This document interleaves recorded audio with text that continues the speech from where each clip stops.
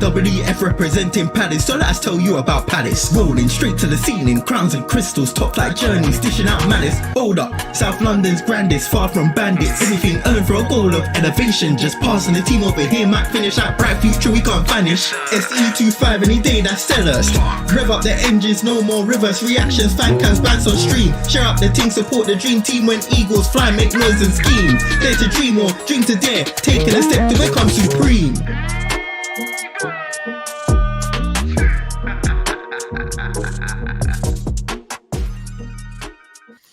Yes, guys, welcome back to Eagle-Eyed Football and welcome back to kind of regularly scheduled program. We've had 2 weeks off of football. It's been nice, I would say, not worrying about Palace, but we instantly come back to a very stressful situation. FA Cup. I'm excited. I'm nervous, but I'm excited. Dan, how's it going? Yeah, I'm very nervous as well. I'm not gonna lie, because I've been looking at the odds, like what the bookies think. They do have Fulham ever so slight favourites, not much in it though. I presume that's because of the home advantage. Although I'm pretty sure they were the bookies' favourites the last time we went there and won 2-0. So yeah, it's all to play for. I'm a bit more nervous as well now because we saw today who the ref's going to be. So, do you want to let everyone know? Yeah, it's Darren England. We've only won. He's refed us for 9 games, for what I could see, and we've won once. And that was away at Newcastle in 1920, I think it was. Yeah, so it's in COVID, so it doesn't count. Yeah, it's 2-1 away victory at Newcastle. So I don't think Gyro scored in that game. Honestly, you know what? I honestly, if you ask me who scored earlier on this season, I couldn't tell you. So let alone 5 years ago. But yeah, I'm good. How are you? Yeah, all good. Rocking my new shirt that I got for my birthday. So big up Ree for getting me this. The only trophy that was ever got by the club. And it was before I was even a thought. So, you know, if that ain't woke, I don't know what is. Very, very woke indeed. But this is TACT-EAGLE. But we've already done TACT-EAGLE on Fulham twice this year. And you're thinking, you guys binned off Bournemouth because you've done TACT-EAGLE on them. You binned off Villa because you've done TACT-EAGLE on them. But this is slightly different. This is a game where it means a lot more than the league game right now. Especially at this point in the competition, I think that every team that's still in it is looking to win it, really. And if you take out maybe Aston Villa and Manchester City, no one else has won it. I don't think, off the top of my head. No, I think Fulham won it. No, Fulham have never won it. But yeah, basically, it will be history. It will make history for pretty much every other club other than Villa and Manchester City if they win it. Yeah, literally, because it's us at Fulham have never won it. Brighton never won it. Forest have won it, but I want to say that was like 50 odd years ago. I could be wrong there, but it was a very long time ago. It makes history, doesn't it? For every team apart from City, really, it makes history. And to be fair, even for Villa, like the last time Villa won a trophy was quite. I mean, Chairman might be able to tell us in the chat, but I mean, it must have been a long time ago. They won a trophy as well. I think it's got to be at least 20, 30 years ago. So, So no matter what, I think, yes, all the bigger teams are out. So for all the neutrals, they couldn't care less. But for everyone else that supports a mid-table team or anyone that's still in it, it's probably one of the best FA Cups we've had in a really long time in the final stages because you really don't know right now who's going to win it. Like Bournemouth could very well go and knock out Man City on how they're playing, and that could make it even more interesting when whoever goes to Wembley. Yeah. So I think that is an interesting thing, isn't it? Like, I'm looking at who's there, and obviously, like in years gone by, you're looking at City and like, oh, you know, they're probably going to be the team to win it. But I mean, I would back, apart from maybe Preston, I'd back any. To be fair, even Preston, I would back to get a half decent, you know, have a half decent turnout against City the way that they're playing. I mean, it says a lot that for me, City aren't even the favourites still left in it. Who would you say is the favourite right now? I say it's got to be, for me, it'd either be Villa or Bournemouth. just off of how we're playing, how teams are playing this season?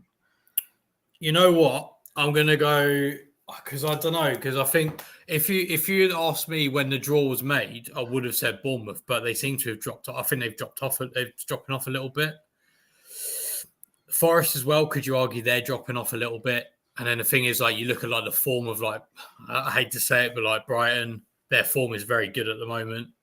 So can they take that into the cup? But then as well. Yeah, Fulham doing well recently, and then Villa. I mean, let's be honest, they should be beating Preston. So they pretty much got very likely got a semi-final place already. They might be out of the Champions League by then, but then they are still trying to go for Europe in the league. So it's so many variables, and I think it's so much more interesting when you have these kind of teams, because in years gone by, like, I mean, there's usually like one or two teams who are like fighting for like, doing well in the cup, but a lot of the times they'll have already kind of been like, oh yeah, they're already in the Champions League, like they've always pretty much guaranteed Champions League football or whatever. So yeah, I think it's really interesting. And one favourite, who would be my one favourite? You know what? I'll go Forest, actually, because I think as well, like, they can, at the moment, I think they can grind out results even if they're not necessarily playing well. Mm-hmm. I mean, to be fair, we're probably going to talk about it a little bit more later in a bit more depth.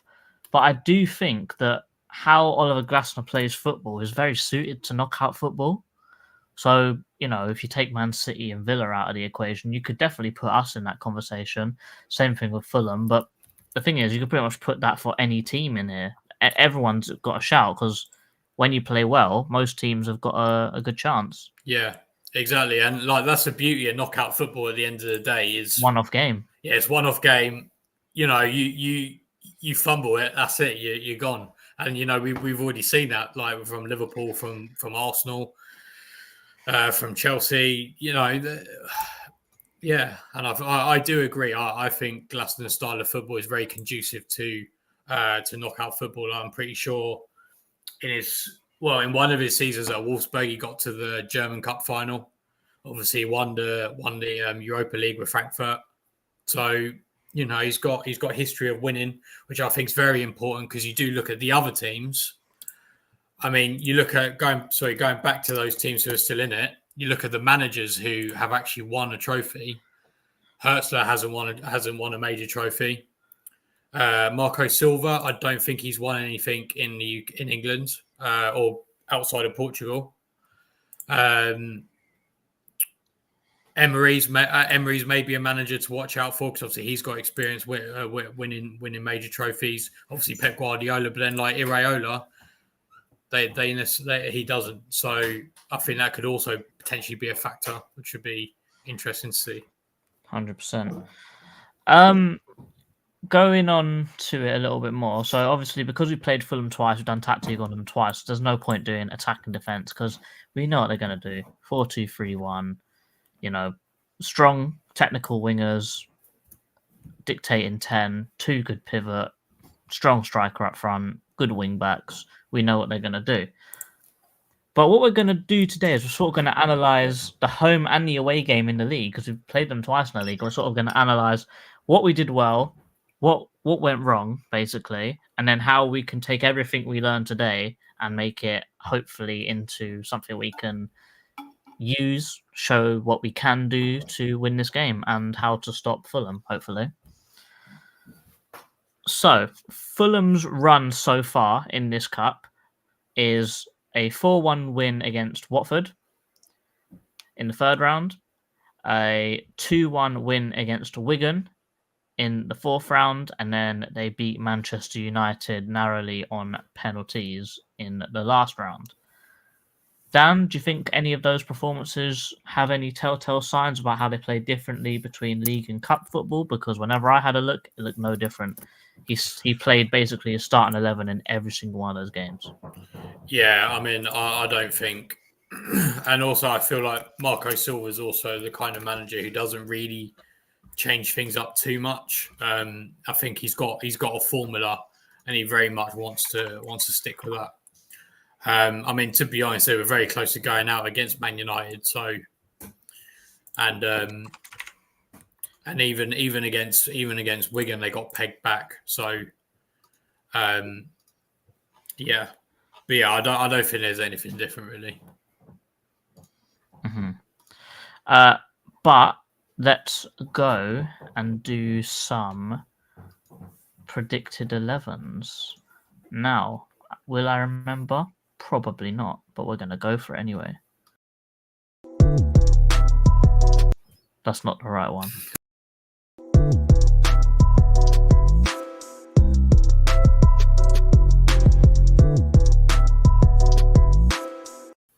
So, Dan, you know the drill. We talk about injuries before we even talk about anything else. So, let's go into it. Reece Nelson is out until the start of June. Wilson is out until the end of April. Tete is out until the start of April, so he's coming back to the game after ours. But Lukic is back for this game after serving his 2-game suspension for getting 10 yellow cards. So other than those 3 players, really, who potentially you'd say none of them are really starters, maybe Tete for Castagna, but none of them are really starters that are out. So they have got their full strength starting 11 ready to go for us. But let's talk about our starting lineup first. I've gone basically full strength. So in goal, I've gone Dean Henderson, Chilwell, Mark Gay, Maxence Lacroix, Chris Richards, and Daniel Munoz at the back. I've gone with Wharton Hughes in the middle, with Ebbs on the left, Sarr on the right, and I have got Eddie Nketiah up top because I do not think that Mateta's going to start this game. I don't know why. I don't think he will, but I could be proven wrong. Dan, do you think he'll start, or is there anything you change in that 11?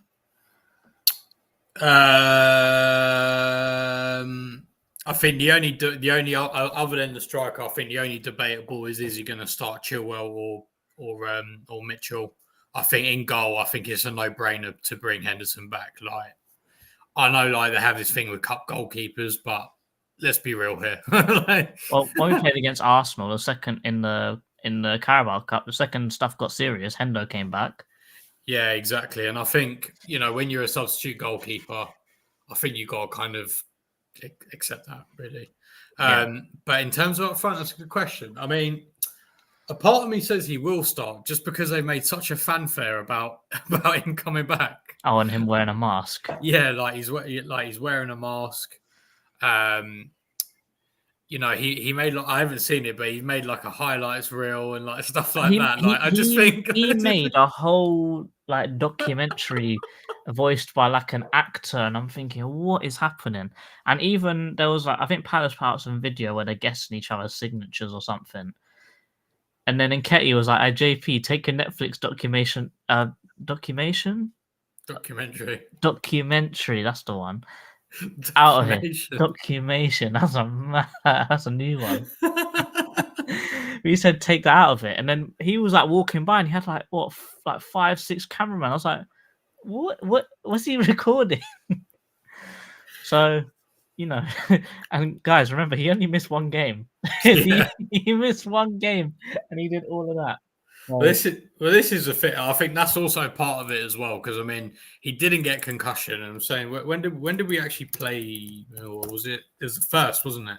Yeah. So that's over 3 weeks ago, and I mean if the only thing that was wrong with him was a cut to the ear, then I don't see why not. I just don't see why not. And let's be honest, like Nketiah didn't do that well when he was all right when he played against Ipswich, from what I remember. But yeah. But who knows? I'd like Mateta to start because he's obviously the better of our 2 forwards. Mm-hmm. But if Nketiah starts, I wouldn't be surprised. If Mateta starts, I wouldn't be surprised. My opinion will probably change Saturday morning. Trust me. I'll probably be like, yes, Mateta's starting. But today, when I haven't been in the pub, shout out Dan. I think Nketiah will start. Speak about it right now. Would you change Hughes for Lerma in the middle, maybe, or would you stick out with Wharton Hughes? No, definitely. I think that because I think the thing is with Lerma for me, like I do like him and I think he is a good player, but I think he's the kind of midfielder who doesn't. I don't think he really fits our midfield anymore. If I'm to be honest, like I don't think because I mean, ideally, obviously, they both need to be very good passers of the ball. I don't think Lerma's as good as passing as he is Hughes. I think he's better in terms of like his fitness and like running about and stuff. I think he's better in that respect. But I think Hughes just plays that kind of ever so slightly push forward centre mid role a lot better. So I can't see them starting, to be honest. And especially since Hughes has missed the last game, he'll miss the game against Southampton as well. So I think he's well rested. So yeah. Moving on to Fulham, we know what they do. 4-2-3-1. Gone with Leno, Robinson, Bassi, Anderson, Castagna at the back with a double pivot of Berger, as Schlupp likes to eat, and Lukic. Also, have you seen how much weight he's lost since he's gone to bloody Celtic? Who, Schlupp? Yeah. No, let me have a look. Crazy. Genuinely, look at a picture of him and look at how much weight he's lost. It's crazy, isn't it? Iwobi on the right, Willian on the left, and Jimenez up top. It wouldn't surprise me if they put Iwobi on the left and Traore on the right. Wouldn't surprise me one bit. So they have different options they can put, but they had their win against Spurs with this exact lineup, so that's what I've gone with again. Yeah, that's what I put down on my one as well. I think like you could make an argument like we'll shift Iwobi to the left, Traore, and put Traore on the right. You know, I think that might be the only thing he could do. But... I would say the fact that when he did that at Fulham and we won 2-0, I'd say that they lost by doing that. So maybe they'd want to try something a little bit different in this game to try and get the one up on us. Yeah. No, and also, I do think that. Then again, though, we had Mitchell playing in that game, didn't we? But I would think that Traore would have a much easier time against Chilwell than he did against Mitchell. I think he would. So they have a lot of options there, and also it put no matter which way around, you've either got Willian coming on late or you've got Traore coming on late. So they got people to affect the game. Muniz, good striker, Kearney and Reed. They can play in all three of those midfield roles, really. Mm-hmm. And, you got Sessegnon who can play left wing, left back. Mm-hmm. And this Kukenka, I don't know what his name is, but they've actually, if they're winning games, they put him on and they go 5 at the back. He's quite a good centre-back, which is quite interesting. Mm-hmm. And then obviously Kearney can jump in that number 10 role if Smith Rowe's not doing it. Yeah.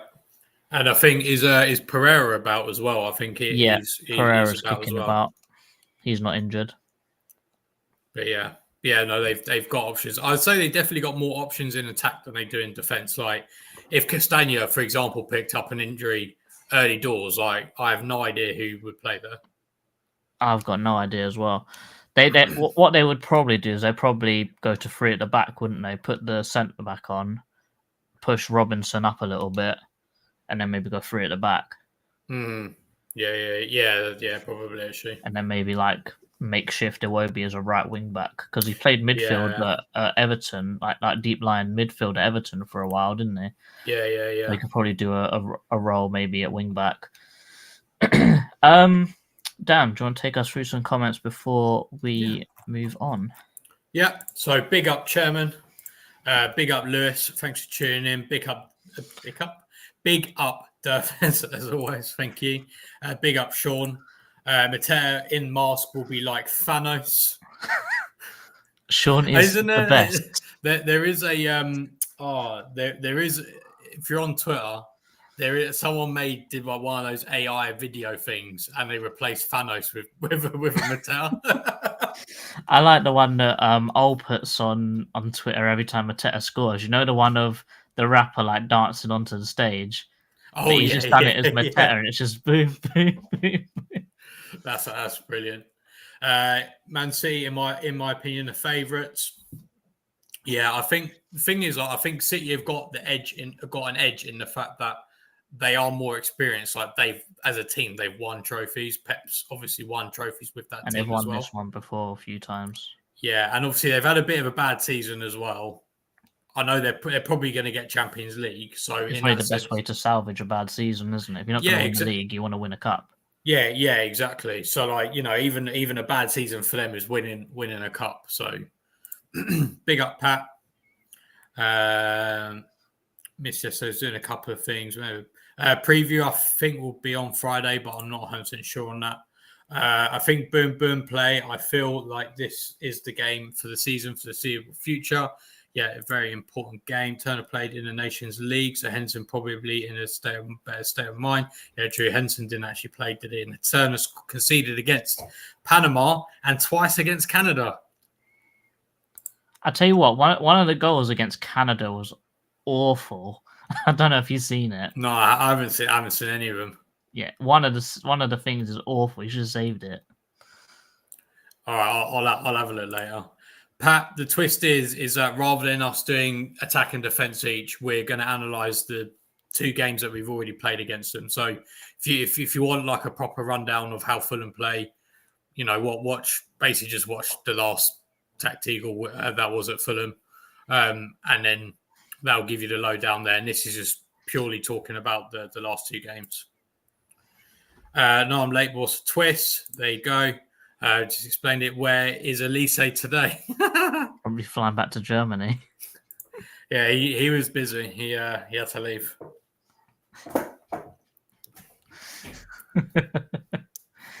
Dan, do you want to run us through the home game or what happened? Well, the home game wasn't very good. Now, I would say, I tell you what. Let's see what I've got here and what I've written down. So, where's my thing? While you're finding that, the first thing I wrote down for the Fulham game is that we were in the trenches, because that was a time in the season where we didn't know what the hell we were doing. This is when the media were saying, sack Glasner, get someone better in, blah, blah, blah. You had the new manager bounce at the end of last year. You gassed up all your players. You sold your best player. You're rubbish now, blah, blah, blah, blah, blah. That's basically all that was happening. So we were in trenches. And in that game specifically, we had loads of injuries. Justin Devaney started in the midfield on his Premier League debut. And he started next to Mark Gay, who's not a midfielder, who's a centre-back playing in midfield. We had Nathaniel Klein playing left centre-back for some reason. Yeah. And then we had Lacroix playing on the right and then Chalobah in the middle. And you're thinking, what on earth were we doing? But obviously, that was all because of, players coming in late, this, that. Yeah. And this was also where I think this was our 5th different setup in the back line without actually having 2 games in a row having the same setup in defence. So we were all over the place defensively. And, to be fair, when watching the game back, yes, they had 2 goals ruled out offside, but 2 of the goals that we actually conceded, to be fair, I think they were both just our mistakes. Yeah, I agree, because I think Lacroix messed up for the first goal. To be honest as well, like obviously then Kamada got sent off kind of midway, in the 76th minute. He had a bit of a mare that game. I think for me, just to sum up that first game, it just, when you watch that game compared to the away game, it is literally like chalk and cheese. It is so different. Like the way we're drilled, the way that we're picking up players. Yeah, and you know what? Actually, watching back that the home game, we were bad, but we weren't. I think Fulham didn't really create a lot. I don't think either. Like Fulham really weren't as good as I think the scoreline kind of suggested. I think we were just bad. I agree, but I do think that the second that Wilson came on, just having that extra person up front we were all over the place because we couldn't handle the fact that they had 5 forwards on and they were Yeah. just running all over the place and no one knew who to no one knew who to pick up.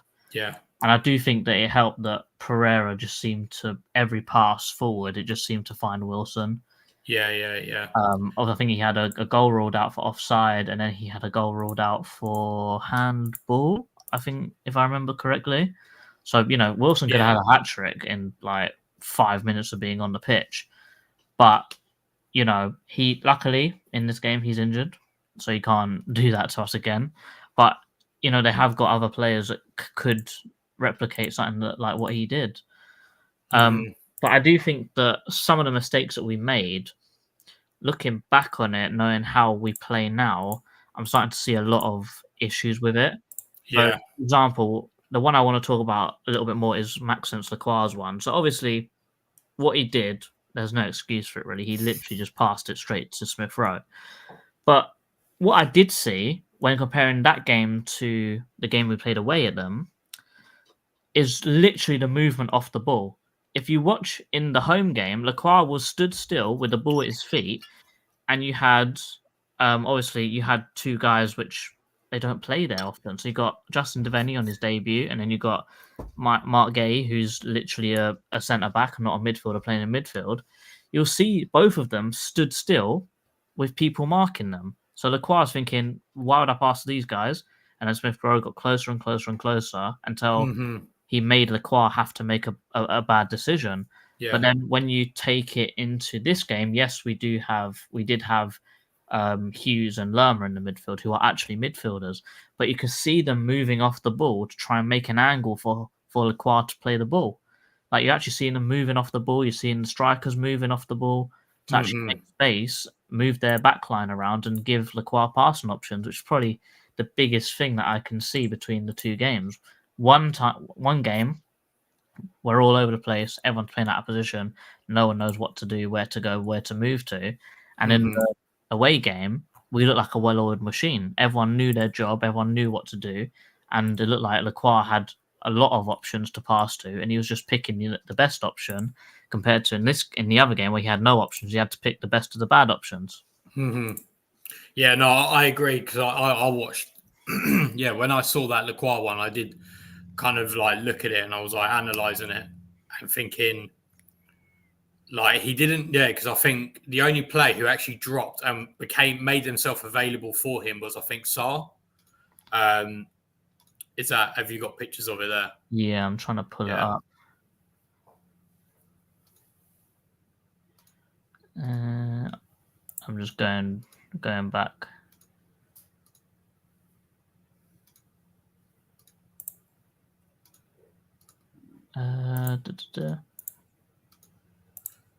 But yeah, certainly I think, because to be fair, bits I focus on were more the defensive stuff. But certainly, like, and also you could see as well, like, how Fulham, all they did basically to counteract us was just to pack out that central area. And like, if Munoz ever got the ball and flicked it on, where the season before he had Elise there, he weren't there. Obviously, he weren't there anymore. Like, Kamada was somewhere else. And even now, to be honest, like, I feel like in that area you'd have say Wharton there instead, backing him up. Whereas in the first home game losing 2-0, I feel like we were so easy to defend against.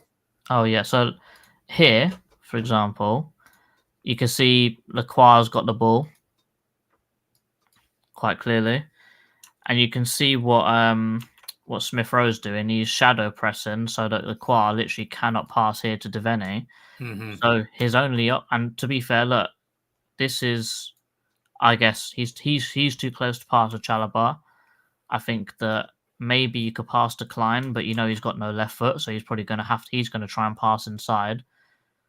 Sarr has made himself available, probably on the wrong side of the pitch, because he should be down here, allowing Lacroix to hit that ball over the top, but that's not the case. But at least he's still trying to get an option there. To be fair, he was playing on the left that game. Oh, was he? Yeah, that's what I mean. Kamada was on the right. That's how mad this game was. Wow.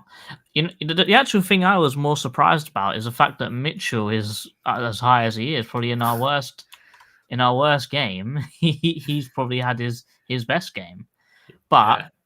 you see, Mark and Devaney here are two pivots. They're probably too close to each other. Far too close, yeah. Pereira is probably touch tight here, and he's shadow pressing here, so he can't pass through there. And Yeah. basically, so he has to make a dodgy pass. And I think normally in that situation, what I've seen a lot recently is that if we are in that situation where they are marking those pivots, someone like I noticed that like Lerma, for example, will drop into the back line, or Hughes will drop into the back line. I mean, that I think does have its own issues, but like you can see that they've got a fail safe, I guess, in case that kind of situation happens. Mm-hmm. And then when they actually nab the ball, it does luckily drop to Jimenez straight away. But you can literally see the fact that these two are still so close to each other. I mean, to me, it just displays the fact that they've got no idea what they're doing positionally.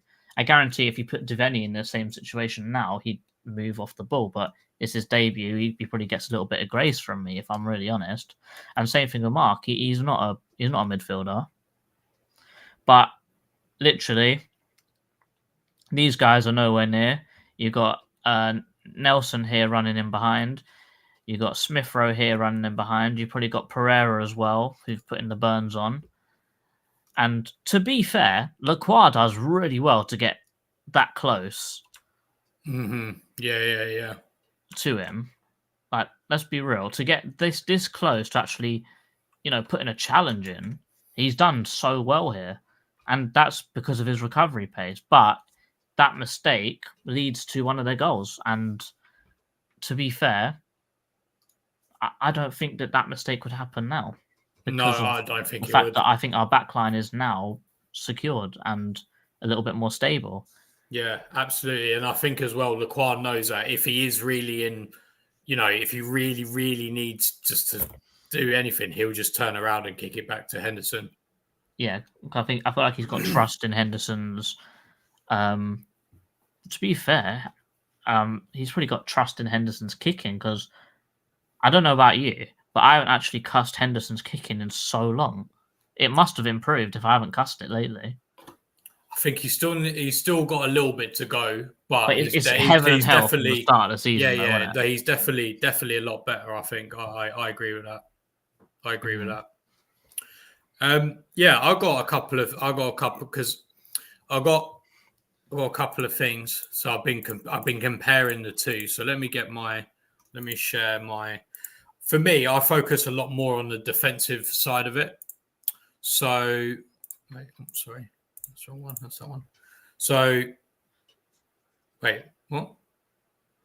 Okay, I was saying shed my snipping tool, not my paint.net. Why isn't my paint.net there? Okay. Oh, while you do that, technical issues.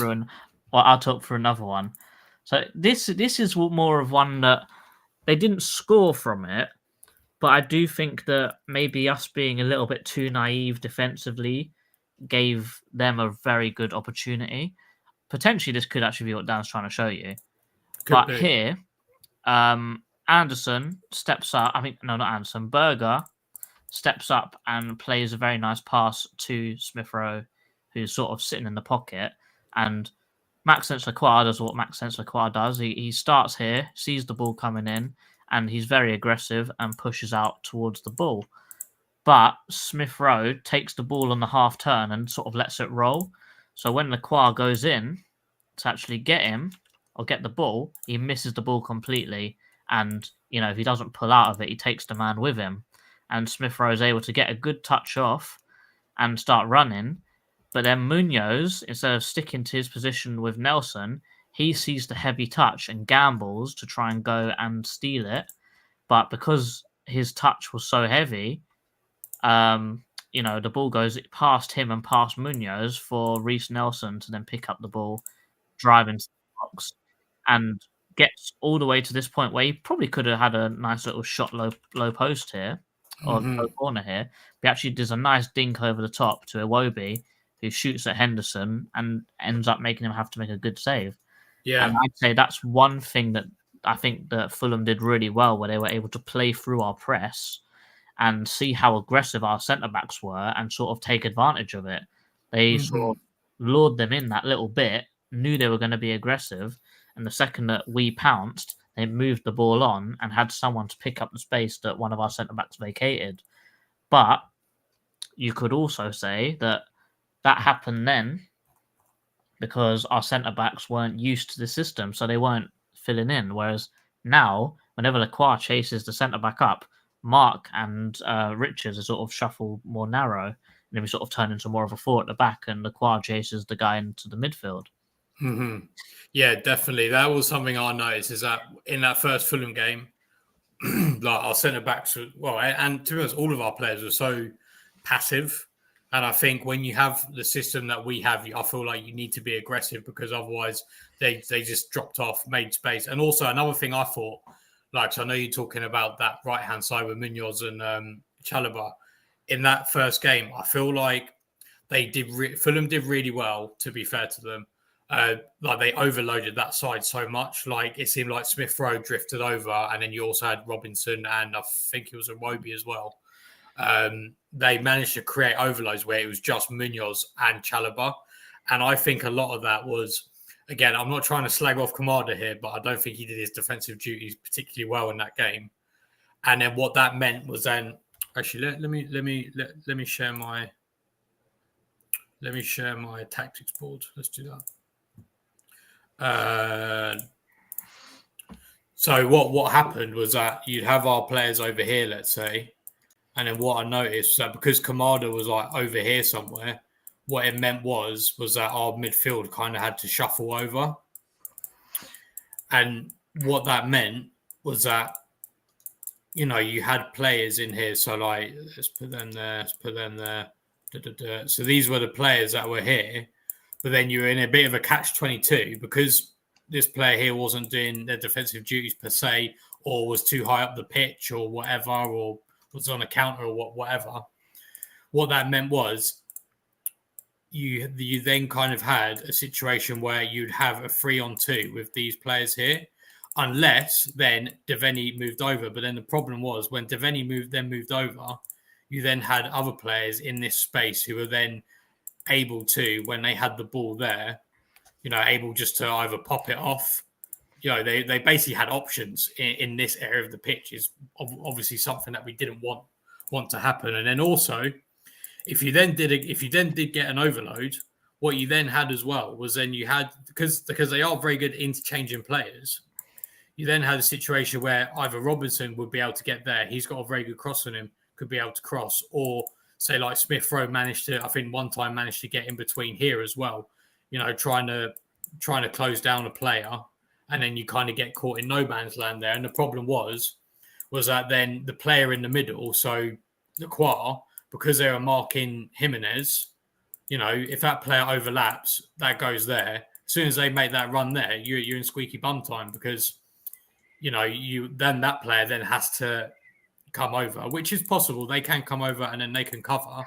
But again, I don't think we were at that stage back then where we were like we said earlier, we just weren't gelling together. Yeah, I do think our main problem in this game, I don't want to rip on him too much, but I think the fact that we were playing Nathaniel Klein at left centre back. Yeah, he was another one. He wasn't very good. And actually, he was at fault to one of their chances with Pereira. So I think they had a break on us, and Iwobi cut in, and Pereira was just running in the space that Klein should have been in. And basically, Iwobi just slipped him through, and it was a very nice save from Henderson, to be fair to him. But literally, Pereira just ran in the spot where Klein should have been. And Klein, like, you could see that the age was catching up to him a little bit, because he was giving it everything. We just couldn't make it back. Yeah, absolutely. And I think actually as well, that's kind of the beginning of one of the bits I wanted to say. And I think it all feeds together, is the fact that the way that we allowed Fulham to progress the ball. So this is the only way I can share this. So you're going to see the infinity screen just for a second. So I don't know. Can I full screen this? But anyway, so this was a bad press in my opinion in that first game. So this was an example of, there were like more than one example of this. So Anderson's got the ball here, and we're pressing. So Sar's going to go there. I think, and also another thing, Mateta looked absolutely knackered in this game. He was, I don't know, doing whatever he's doing. Kamada's all the way back here, but he should really be on, looking to press Calvin Bassey. But then I think that was maybe an issue with our setup rather than necessarily entirely his fault.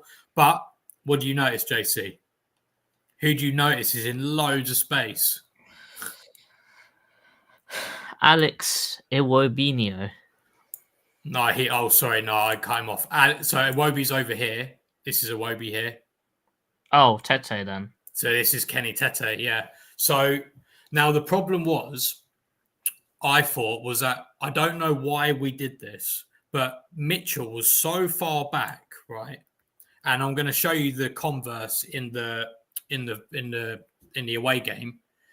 But this is Mitchell here. He's all the way down here. So basically, you've now got a situation, right, where, and also I don't actually know where Munoz is in this picture. So I was just about to ask that. I don't know where he is actually. Is Munoz standing next to Robinson, probably out of frame? You know what? Oh yeah, probably. He's probably down here somewhere. But I mean, what you've got here, you've got two players marking one player. Okay, that's fine because you're trying to, I guess, break up the central passing lanes. But the problem is that you've got Klein with two men. With two men here, okay, you could say, well, maybe Lacroix drops off, gets one, and then, he gets one, whatever. Or maybe more sensibly, that those would be the options or whatever. You let them stay offside. But then the problem is that what Iwobi being there did was that it pinned back Mitchell. And then all it literally meant was so Anderson did actually pass it back. And then, there's Iwobi there. Pass it back. And then literally all Leno had to do was one touch pass there. And then I believe that was actually the beginning to that chance that you were saying about. Like they had a little interchange here. And they basically then, therefore, because Klein was all the way over here marking this player, and because Gay he's not a midfielder and he didn't come out to help him really, you basically have Mitchell on a 2v1 situation of Kenny Tete, who is a good fullback, and Alex Iwobi, who's also a very good dribbler. So from that moment, you're already putting yourself on the back foot. And we changed this. So, no, was it this one? Where is it gone? Good press. So this is a good press, right? So this is Anderson here. Now our press is as you can tell already, is so much different to what it was. So you've got our players marking Sonderberg. You've then got Eze here. And then most importantly, you've got Mitchell, who's going to, when necessary, go up and go in front Castagna. And and then what happened was that Anderson passes out wide. And then as soon as you got that, he's running towards him. So he hasn't received the ball yet. Of Mitchell's press as well. I said, just look at the difference in intensity between this press that Mitchell's doing here compared to the last one. Even though it's just a freeze frame, you can tell he's running quickly. Exactly. And the thing is, in this picture, why I like this picture as well, is that you can see like all the players that they are effectively marking. Because bear in mind, he hasn't received the ball yet. He's got to receive the ball, shift himself. Okay, potentially he could go on the inside there, potentially. But then you've got, I'm not too sure who that is. I think that's Lerma. It's Lerma. Lerma's got that covered. Sar's got that covered. Okay, you could worry about these players, I guess. But if he did just smash it all the way over there, by the time he gets over there, our players can then move over. Yeah, exactly. So that's not a problem at all. So then what happens next? Pass it back to Anderson. Because by the time he basically receives that ball, and this is the thing, like we're talking about the intensity of the press, that's just before he receives the ball. I don't think he took a touch. So that's just after. So you can see the ground that he covers. Also, one thing I do like, if you go back 2 frames, if you see in the top right, you can see that Munoz can recognize when Mitchell's going to press and he's sprinting back. Look at him in top right of your screen up there. Yeah, no, actually, that's a very, very good point there. So that's in there. And yeah, that's, they know what they're doing. That's what I mean. It's just so much better and well drilled now. And it's weird as well because I didn't really notice this until I actually watch. I appreciate the home game is probably one of our worst games of the season, but like the difference is a bit crazy, really. But then you got Anderson here. So what options does he have? Okay, he could potentially ping it over there, but then Saar, I think, will get there by that time. And then by that time it happens, you would have thought Munoz would be basically doing what Mitchell's doing, and Mitchell would then drop back perhaps. And if he does go there, all he's got really is he has to go there, and then that's the difference between a good press and a bad press. We're not putting ourselves on the back foot immediately there. Yeah, you can. I mean, even though you can clearly tell of where people are, you can just tell the intensity of the body language here with our players compared to in the other picture. Yeah, absolutely. I mean, to be fair, I think these words like I think this was in play, and then that was from like a goal. Was it from a goal kick? I actually can't remember. Oh no, it wasn't. No, it was. I don't know, but either way, yeah, I agree. Like it's just a lot more. The shape is a lot better. Like you got your 4 players here, you got your wing back pushing up, you got your midfielders, your midfielder was covering over there wherever he was. Yeah, Hughes is over there, and then you got your back line. Like I agree. Mm-hmm. But yeah, I've got more defending ones as well that I can start talking about, or we can talk about another one. Yeah, if you want to run through the defense, because most of what I've got left is more attacking based. So this was good defending. So now, obviously, Fulham. To be fair to Fulham, they did play well in that first game. Like, I'm not going to say that they were rubbish and we were just even more rubbish. Like, they were actually decent in that first game. But this is an example of a good shape. And before I do that, I just want to show you the shape. Look at that shape. Oh, it's beautiful. Look at that. This is in the away game. Obviously, I don't know where. Richards, I don't know where Richards is, a little bit behind Lacroix there. But I think let's have a think about why is this a good structure. Okay, pass the ball here. Mateta's already on you. No good. Do the same here. What exactly are you achieving? Even if you were to make a little angle and fire a ball into here, you've got your double pivot nicely in there. I guess the only thing that maybe they could do, maybe this player over here could peel off and maybe like a little long ball over the top. But you know what? I reckon if they did that, I would back Mitchell to go and meet that. To be fair, Eze to drop. If you want to be really critical of it, it's not Anderson that's got the ball. So that long ball would probably take ages to get there. If it was Anderson, I'd say, yeah, you could make that pass. But because it's Bassey, I think that in the time the ball travels, Mitchell would be able to get there easy. Yeah, 100%. And I think when you're talking about like compact and great shapes, this is good. And obviously, the other really good thing I like about this is where is it in the pitch? You're in the middle third. You're around the centre circle. You're not pegged back in your own box. So then, let's say that they do try to get a bit brave. Like this player makes a move in here. They try to fire it in. Let's say. If we win the ball there, we're quids in. Because of the way Fulham play, effectively they've only got their two players there. But that was just a single snapshot of a great shape. And this was actual like our shape in action. So Anson's got the ball, he pings it all the way over there. So they got 2 players over here, probably thinking, okay, maybe overload, whatever. But they don't because we've got our 3 players here. Have they got their 3 players there? I don't know who that is, but yeah, I think Robinson. I don't know. I'm not going to pretend to know. And then the good thing as well is the importance of Saar. Now, Saar did a lot better what Kamada didn't. Whether that's his fault or the system's fault, I don't know. But Saar did very well making gains because now by the time he's got back, you've got your defensive overloads. You've got 4 players there. And okay, let's say they do go back. You know, they've gone back. You've kind of won that mini defensive battle in a way, I guess. What do? They do go back. And again, you're just making these spaces. The only thing I would maybe slightly critical of is that pass there is on. Don't worry, the ref's on our side. Yeah, but the ref's in the way. But they kind of ponder a little bit. And to be fair, is this Fulham playing a little bit badly? Maybe. Could you argue that Eze's on the move already, so maybe he's already going to cover that space? Could you argue that Lerma could cover that space? You probably could, to be fair.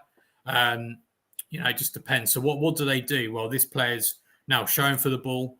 They just move there. What can he do? He hasn't got it under control yet. This player's coming out to meet, and then by the time that player gets there, I think that is Lukic. No, that's Castagna. Where is it? Okay. But yeah, he gets a bit scared, passes back, and then eventually they're forced going back to Leno. And what we did this all game against them, especially when we went 1-0 up as well. We just limited these diagonal passes in, and you know what? And making sure that if they do pass the ball, it's to somewhere that's not really dangerous. Like if they do pass it to Robertson, okay, he might have a 1v1 versus Munoz, but I wouldn't necessarily back Robertson to beat him in a 1v1. And I think you got to back yourself. And yeah, so just restrict those spaces, restrict the gaps, and then you kind of quids in. And also, the longer the game goes on, the more frustrated Fulham got. You know, they did silly things, and to be honest, these is one of these kind of situations where we scored our second goal from. Mateta nicked the ball, or I can't remember who nicked the ball, and then Mateta obviously ran with it, and then Munoz scored. So if we suck them into our game, we can definitely hit them on the counter. And again, this was some more importance of Sarr. So this was on the right-hand side. So we got all of our players over here.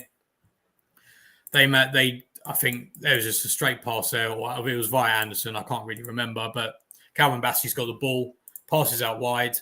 But it's so important having these players there because you've got a 4v3. So the fact that Sarr is dropping in is so important. Okay, I think what happened was they pinged it over there. Could you argue maybe they're going there? I don't know, because I think Richards was actually over there. I think he was just going to wherever the ball was. So, I'm happy with that. You got Hughes tracking back. And to be honest, even if they did do that, and Richards was caught out of position over here for some reason, the car's already on his way over. Yeah, exactly. And that's again reiterating, I guess, what we've been saying the whole way through. They're just so much more on it with their instructions, with their teamwork, with everything really. Ooh. You didn't see nothing. But yeah, I think that the main takeaway is just one word: organization. Yeah, absolutely. And with that, the lowest XG Fulham have created against any team this season has been us. Damn. In that game.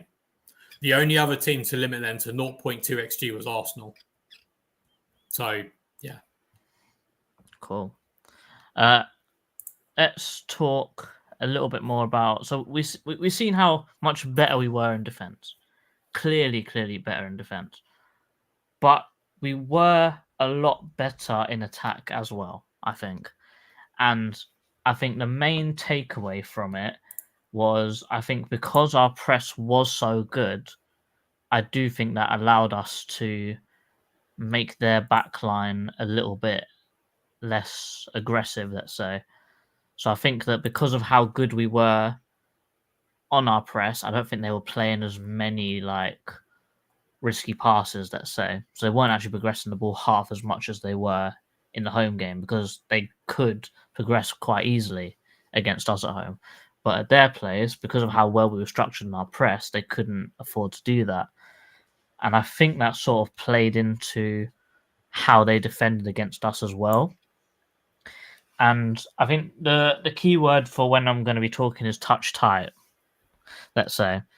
So here is the lead up to Mateta's first chance in the whole game. Bearing in mind, this is about 2 minutes into the game. So Lerma Lerma's just received the ball from Mark. So we've literally played out from the back. So Mark's passed it into Lerma. He's taken one touch. Or he's taken a touch and passed it to Mitchell down here. You can see that Eze has got Anderson, who's trying to be touch tight to him. But what you can see by his body language is you can see Eze's on the move here to show for the ball. And Mitchell, as the ball's coming, he's looking up, and in his vision, he can see Eze doing this. But you know who he can also see is Mateta, who's on the move, and he's sort of gotten away from Bassi a little bit. And then what you see happening is Eze, so bearing in mind, Anderson should, or is normally about here. But because Eze has dragged him forwards, he's now lost, what did you say, 5 yards? Yeah. Compared to where he should be. And you can see already Mateta's making that swooping run to sort of go to or run through where Anderson once was, but Eze pulled him away. And literally, Mitchell does a nice little pop the ball over the top for Mateta to run onto and take the ball. And he's already got the jump on Bassi. Anderson's nowhere near. And then you've got someone with the pace of Sarr who's running to make another angle. Now, when you speed it on, look how far away Anderson is from him. As Palace fans, we've seen that before. We've seen this before. And obviously, Mateta takes a shot. It hits the net here. But still, Bassi's not slow. And he's still got, what would you say, 3-4 yards here between him. So he's got a lot of time to set himself and take the shot. Maybe you could argue that Sarr should be a little bit higher. Maybe Munoz a little bit higher. But, that's just nitpicking. And, Eze doesn't actually need to do much running because Anderson's meant to sprint him back. And I'm sure Eze's just jogging here. But, Eze hasn't actually lost that much ground to Anderson either. Yeah. Which sort of shows how slow Anderson's moving and sort of shows why we wanted to move, why we were so happy to move him on for as much money as we got. Because as good as he is as a player and as a passer, his legs have gone a little bit. Yeah, I know he was never the quickest for us anyway. But I just like with that move, I just really like. And again, it's just going back to we're playing better. Do you know what I mean? Like we're playing better. They're more on song with each other. Well, this is a one-touch passing as well. But it's just like because I think like the way that is just so deliberate as well. Because like obviously.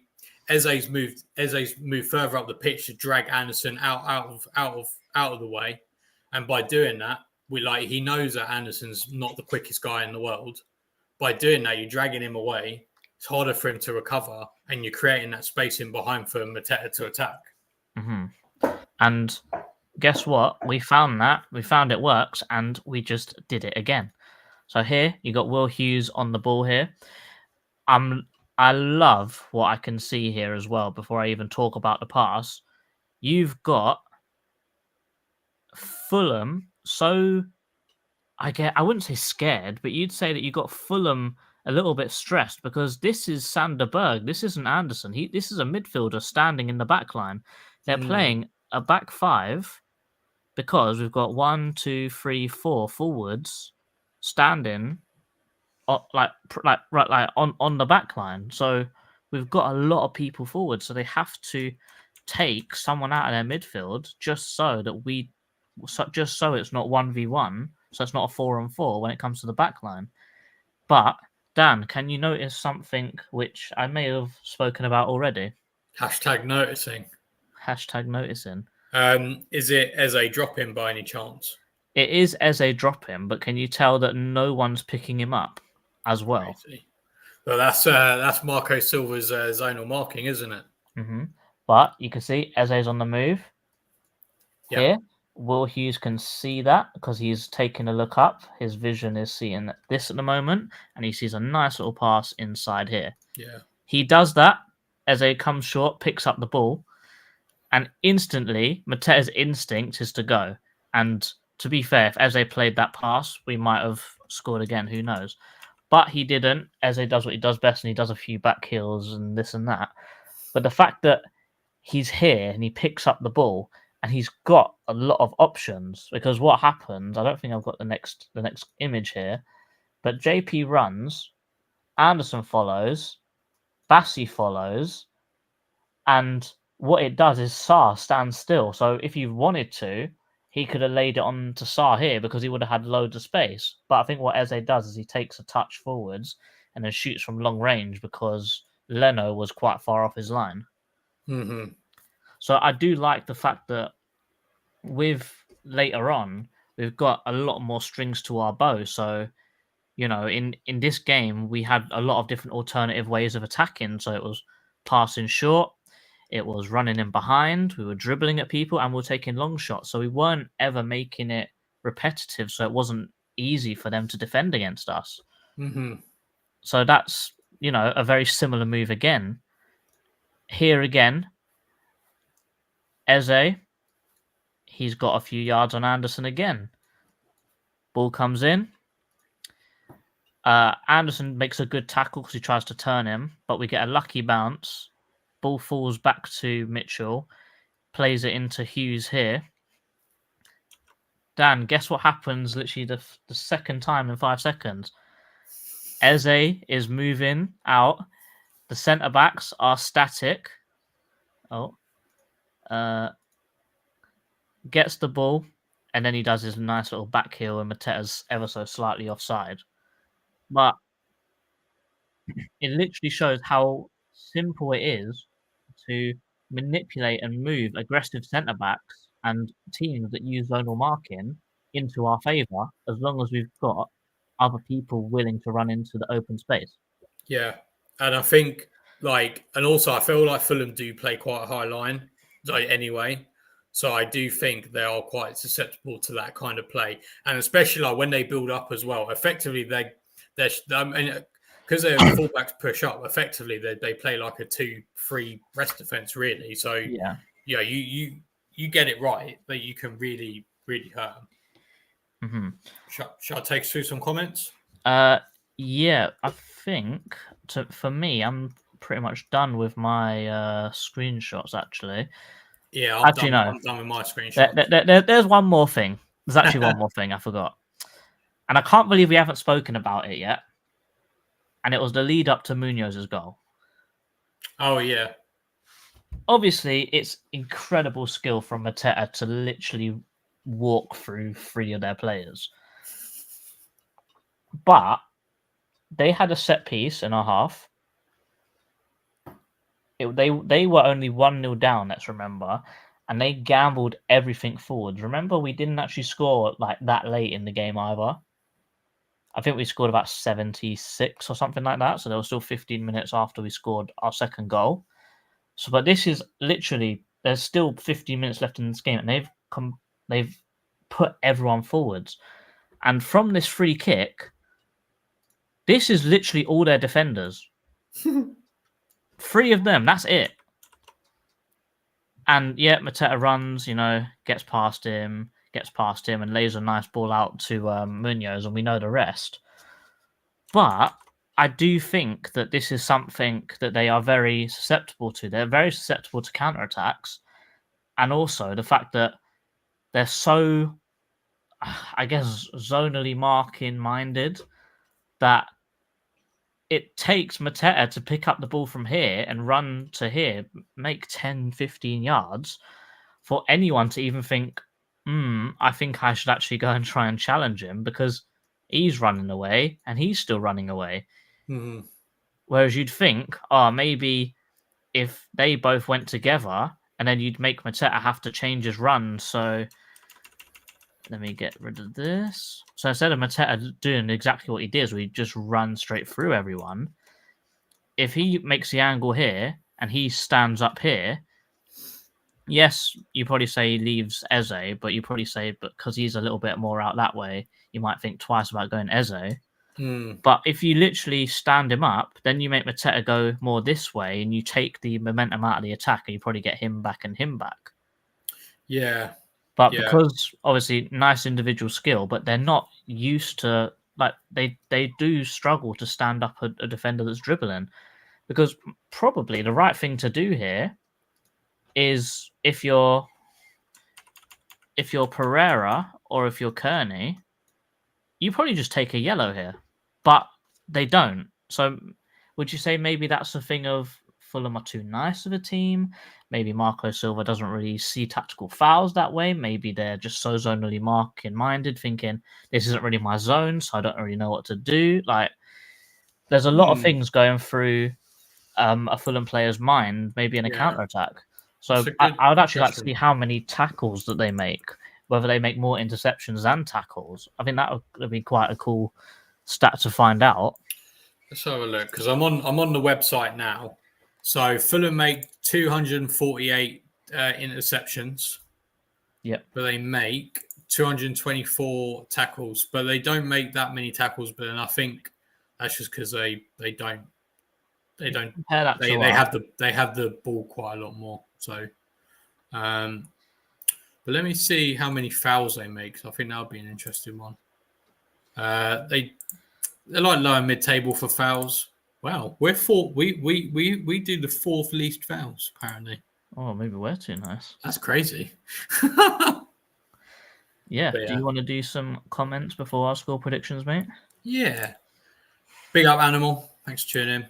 Canada owns USA at sports. I'm assuming Canada ice hockey is better than the US. I'm guessing, but I don't know. A good to have an away advantage. Yeah, definitely. We're better away from home, and so are Fulham better away from home. Only just, but they are better away from home. So hopefully that could play into our advantage there. And also, it seems like most of the home end is going to be Palace fans. So, saved which one, JC? Oh, I think that was in regards to Matt Turner. I was saying the fact that he didn't save. He didn't save. Panama, Waterford, the goal scorer. Big up Waterford. Terry Henry. Up the Palace, big up Spiritual. Gunner women tomorrow got work to do to come back on Real Madrid. We got Real and Fulham 1st of April next. You got them FA Cup, wear them out. We'll try. Hopefully we'll upset them. With Mateta back, Fulham pose no problems. Mateta might not play. Big up Mary. Mateta will surely play. I think there was any question marks really about, I guess, like his fitness. I think he'll play, but will he start? Yeah. I think it did. Yeah, I mean, I'd like to think he's starting just because of the fanfare and like the Instagram reel. For the vibe. Yeah. Max is better than Anderson overall, but Anderson clear when it comes to ball playing. Yeah, Anderson's passing is definitely something I think we miss. I think Lacroix fits us. To be fair, if Anderson was a lot quicker, you could maybe argue maybe Anderson would be better, but he's not. So. Wilson was in form back then. Yeah, absolutely. I think Mateta need to play up front for a presence up front. Yeah, I think if there's a choice of who we want, 100%. No, I agree. It's got to be Mateta. It's great seeing Eze score last night for England. Yep, absolutely. I'm very happy for him. Hopefully, it bumps up his confidence as well. I'd like to think that will. So, only the second player to ever score for England. What Palace player? Yeah, in a competitive game. The last one and the only other one was Peter Taylor in 1976, I think it was. If someone wants to put in the comments if that was right or not. Was it good? You know what, Animal? I think it is boring international football, but you know what? I think I like that you can see decent patterns of play. That's what I was looking for. Like the performance overall wasn't amazing, but I think he is just trying out players a little bit. But I could definitely see there's method to it, which is what I'm looking for, especially in attack. But obviously, we'll see. It's a shame we didn't have Nations League just to see us against a better team. But, you know, you got to play these teams that play the low block. And it's probably the first qualifying game I've watched in like ages. The first one against can't remember who we played now, actually. So I weren't paying that much attention. I think it was In the same Latvia. boat. Yeah, Latvia was last night, but I can't. Who did we Was play it on? Albania? The other one? Yeah, Albania. That was it. Yeah. Yeah, it was a boring game. Those kind of games always are, I think, and especially at Wembley where there's no atmosphere. Hello, Nex. Thanks for tuning in.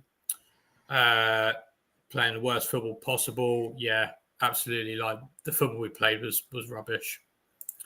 As a young woman, international football seems so thrilling. 1970-74 World Cup. Oh yeah, I wish I could have seen those kind of ones. The first tournament I remember was 2002. Was the first one I properly remember. Big up, Rich. Do we think Munoz will be fully recovered by tomorrow? Yeah, I think so. I think he's got an engine on him. He hasn't affected him before, so I don't see. He's got a treadmill on his plane ride back to the probably. Mad guy. He probably ran over the water. International football got animal into football properly. Gascoigne, I think as well, because obviously, like everyone wants the same thing, isn't it? Like, because like not all my friends are, not all my friends are Palace fans, but pretty much all of them will watch England play in major tournaments. So, yeah, I mean, it was a machine. Big up day. Could we have Wharton? Yeah, I think so, because Hughes isn't banned for this game, and I can't see why he wouldn't play. Yeah, he's just suspended for the Southampton game. It doesn't, and yeah, for everyone, it doesn't include FA Cup games when they accumulate yellows. It's only for Premier League. I think the only way it crosses over is if they get a red for like violent conduct or something. Hopefully, the ref doesn't impact the game. Yeah, we got Darren England. It's Darren England, Mary. 9 games he's refed us in. Won once, lost 4. So what does that leave over? Drawn 4. But yeah. Sorry, Adam, I'm not going to put that one up. We'll get demonetized. Strapping ear defending Jobby, he'll be fine. Yep, I hope so. Hopefully he does have the Batman mask on, as if he could not have any more aura. And yeah. Cool. Score predictions time. And the host will always throw themselves under the bus first. I don't think the game's going to be half as open as it was in the last game.